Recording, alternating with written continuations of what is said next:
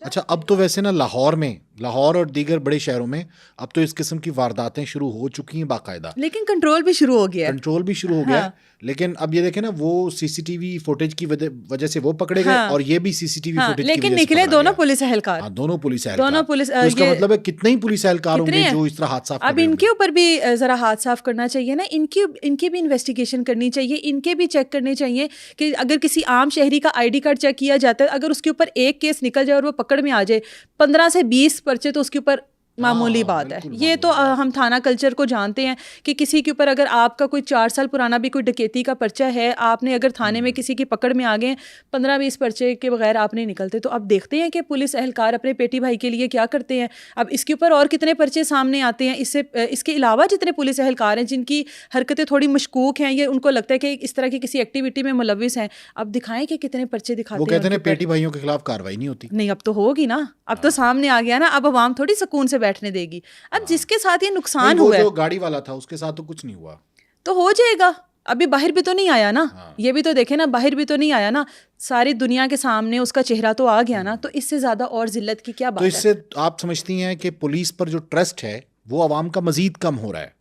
Police پہ trust کم ہو رہا ہے, سی سی ڈی پہ ٹرسٹ جو ہے اسٹرانگ ہو رہا ہے. ان کو لگتا ہے کہ بھائی پولیس ہمارا کام نہیں کرے گی تو ہمارا کیس سی سی ڈی کے پاس بھیج دو.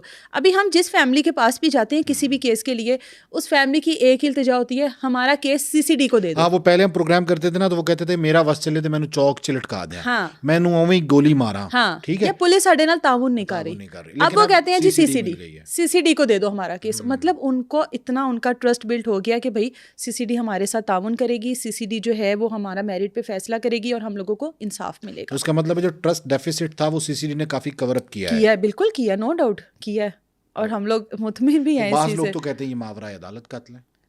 نہیں دیکھیں, بہت سارے لوگ پہلے یہ بھی کہتے تھے کہ نا یہاں پر عدالتوں کے جو معاملات ہیں وہ سالہ سال چلتے رہتے ہیں, اور اس میں نو ڈاؤٹ ایسا ہی ہوتا ہے. بہت سارے کیس ایسے ہیں کہ عدالتوں میں خواری کی وجہ سے وہ لوگ صلح کر لیتے تھے. انصاف کے منتظر لوگ سالہ سال بیچارے تاریخ پہ تاریخ ہی لیتے رہتے تھے, انصاف نہیں ملتا تھا. اب دیکھیں جہاں پر یہ فیصلے فوری طور پر ہونے لگے ہیں, آپ کو فوری طور پہ رزلٹ سامنے آ جاتے ہیں, تو اب کسی نہ کسی چیز پر تو مطمئن ہونا چاہیے نا. کسی نہ کسی چیز پر تو آپ کو بھی اس چیز پر خوش ہونا چاہیے کہ بھائی ٹھیک ہے, کہاں کیس سالہ سال چلتے جا رہے تھے, صلح ہو جاتی تھی, پیسے دینے پڑتے تھے, اور خواری تھی, کس شہر سے لوگوں کو آنا پڑتا تھا. لیکن اگر اب کوئی کیس سی سی ڈی کے پاس چلا جاتا ہے تو بہترین ہے, میرا خیال ہے اب بہترین ہے, میں مطمئن ہوں. ہاں مجھے لگتا ہے کہ بھائی فیملی کو سکون آ جاتا ہے. لوگ بڑا والے تو واپس نہیں, اس نے تو واپس نہیں آنا, لیکن جو پیچھے رہ جاتے ہیں نا وہ ایک ایک لمحہ مرتے ہیں. بہت سے ایسے ہینیس کرائم ہیں کہ جن کو دیکھ کے انسان کی روح کانپ جاتی ہے. ہاں تو اس ٹائم پر ہم لوگ چاہتے تھے کہ بھائی ملزمان کو سزا ملے, فوری طور پر ملے. بہت سے ایسے کیس دیکھے ہیں, لیکن اس ٹائم پر ایسی چیزیں نہیں تھی. اب آ گئی ہیں, تو اب ہم لوگوں کو سکون کا سانس لینا چاہیے کہ بھائی ادارے کام کر رہے ہیں. اب ٹھیک ہے, پولیس کو بھی الرٹ ہو جانا چاہیے کہ سی سی ڈی کام کر رہی ہے. اب اچھا پولیس, ظاہر ہے کہ پولیس پیٹی بھائی جو ہیں وہ ان کو بھی ظاہر ہے نا, دیکھیے آپ کے سامنے پولیس کے بھی کیس سامنے ہے نا, تو پولیس کو بھی محتاط ہو جانا چاہیے. اچھا پہلے بھی تو دیکھا گیا ہے کہ ڈی آئی جی آپریشن جو ہیں موجودہ فیصل کامران صاحب, یہ جیسے ہی آئے انہوں نے ایک وردی والے کو اندر کر دیا تھا حوالات کے, اور باقاعدہ اس کا یونیفارم بھی تھا. اچھا میرا تو اتنا اختلاف تھا کہ یونیفارم کا ایک تقدس ہے, اس کو اتار دینا چاہیے, سول کپڑوں میں آپ اس کو کر کے الگ کر دیں. لیکن انہوں نے کہا نہیں, وردی میں اس نے کرپشن کیا, وردی کی وجہ سے کیا تو وہ اس لیے اندر ہوگا. ٹھیک ہے, تو جب ایسے پولیس افسران آ جائیں تو پھر تو ان کو سوچ لینا چاہیے. اب یہ ہے بھی لاہور کا, دیکھیں یہ تو پولیس کا تو ایک ڈپارٹمنٹ اب سائڈ پر کر دینا. بات تو اب چل رہی ہے کہ اب سی سی ڈی کیا کر رہی ہے, کیونکہ لوگوں کا جو یقین ہے اب پولیس کے اوپر سے تو ویسے ہی بہت کمزور ہے. لوگ شروع سے ڈے ون سے ایک ہی دہائی دیتے رہے کہ ہمارے ساتھ تعاون نہیں کرتے, ہماری سنتے نہیں. خواتین تو ڈر کے مارے, اپنی تذلیل کے مارے پولیس اسٹیشن میں نہیں جاتی کہ ہمارے ساتھ سلوک ہی پولیس والوں کا اچھا نہیں ہے. دیکھیں ابھی تک تو اس طرح کی کوئی خبر سننے کو نہیں ملی کہ سی سی ڈی والوں نے کسی خواتین کے ساتھ یا کسی عام شہریوں کے ساتھ یا جن کے کوئی معاملات اس طرح کے ان کے ساتھ کوئی ایسا سلوک کیا ہو. ان کے ساتھ تو بلکہ وہ ان کو مطمئن کرتے ہیں کہ ہم ہیں, ہم کر لیں گے. میں تو ایک جانتا ہوں کہ سہیل ظفر چٹھا صاحب نے جب چارج لیا تھا تو انہوں نے ایک بات کی تھی ایک انٹرویو میں, ہمارے دوست حماد ہیں ان کو انٹرویو دیا تھا, اور اس کے بعد پابندی لگ گئی تھی ان پہ.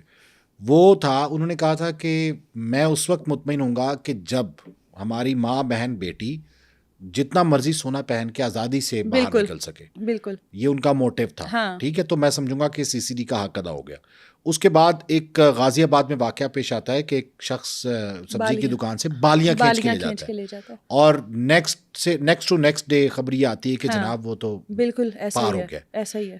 تو جب لوگوں نے پوچھا کہ یہ تو اتنا بڑا کرائم نہیں تھا, تو یہ ایک بڑے کرائم کی بنیاد تو تھا. گو کہ اس کا کافی چارج شیٹ اور اس کی سی ڈی آر بھی سامنے آ گئی تھی کہ اس کا یہ سی آر او سامنے آ گیا تھا اس کا کہ اس پہ بہت سے مقدمات ہیں. تو میرے خیال میں ٹھیک ہے کہ بالکل ٹھیک ہے, ہماری ماں بہن بیٹی کو محفوظ ہونا چاہیے. لیکن دوسری سائڈ پہ ماں بہن بیٹی کو بھی چاہیے. میں نے تو یہ بات یہ پہلے کی ہے کہ ان کو اس چیز کا خیال رکھنا چاہیے. کہیں پر آپ اپنی پرسنل غرض جو ہے اس کو لے کر اس چیز کا فائدہ نہ اٹھائیں کہ بھائی کسی کے ساتھ آپ نے کوئی دشمنی کرنی ہو یا کسی سے کوئی بدلہ لینا ہو تو آپ اس کے اوپر کوئی ایسا الزام لگا دیں. علم میں ہے کہ بہت سی خواتین 376 کی 77 کی 75 کی ایف آئی آر جو ہے وہ فیک درج کروا کے بلیک میل کر کے پیسہ لیتے ہیں, اور وہ پورے گینگ میں پولیس اور وکیل بھی شامل ہوتے ہیں.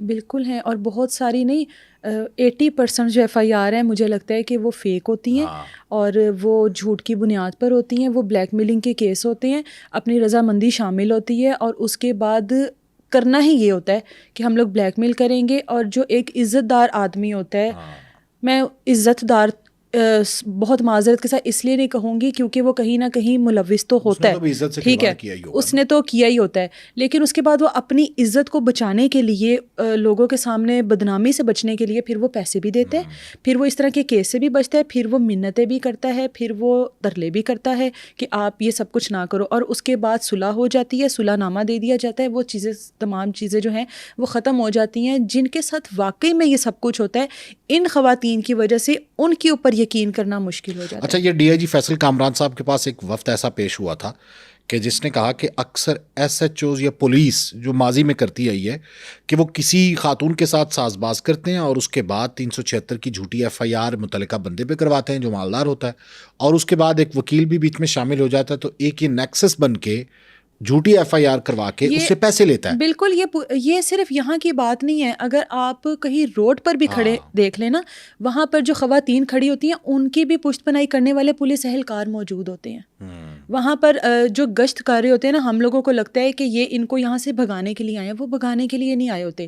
وہ لوگ دیکھنے کے لیے آئے ہوتے ہیں کہ کب کوئی گاڑی والا, کب کوئی موٹر سائیکل والا ان کے پاس آ کے رکتا ہے, ان کے ساتھ ڈیل کرتا ہے, اور اس کے بعد ان کا پراپر ان کا پیچھا کیا جاتا ہے, فالو کیا جاتا ہے ان کو, اور ان کو موقع پر جا کر پکڑا جاتا ہے. اور یہ وہ چھوٹے پولیس اہلکار ہیں جو چھوٹی چھوٹی دیہڑیاں لگاتے ہیں. 500,000 انہوں نے اتنی لگانی ہے. ایون کہ یہ صرف خواتین کا معاملہ نہیں ہے, یہ خواجہ سراؤں کا بھی معاملہ ہے کہ لاہور میں جتنے بھی خواجہ سرا آپ لوگ رات کے اندھیروں میں روڈز پہ کھڑے دیکھ لیں, ان کے پیچھے پولیس اہلکار ہیں, ان کے پیچھے بہت بڑے بڑے مافیا موجود ہیں جو وہاں پر آ کر ان کو تحفظ دیتے ہیں اور باقاعدہ طور پر ان کو سپورٹ کر رہے ہوتے ہیں کہ یہاں سے اٹھانا ہے, وہاں پر لے کر جانا ہے.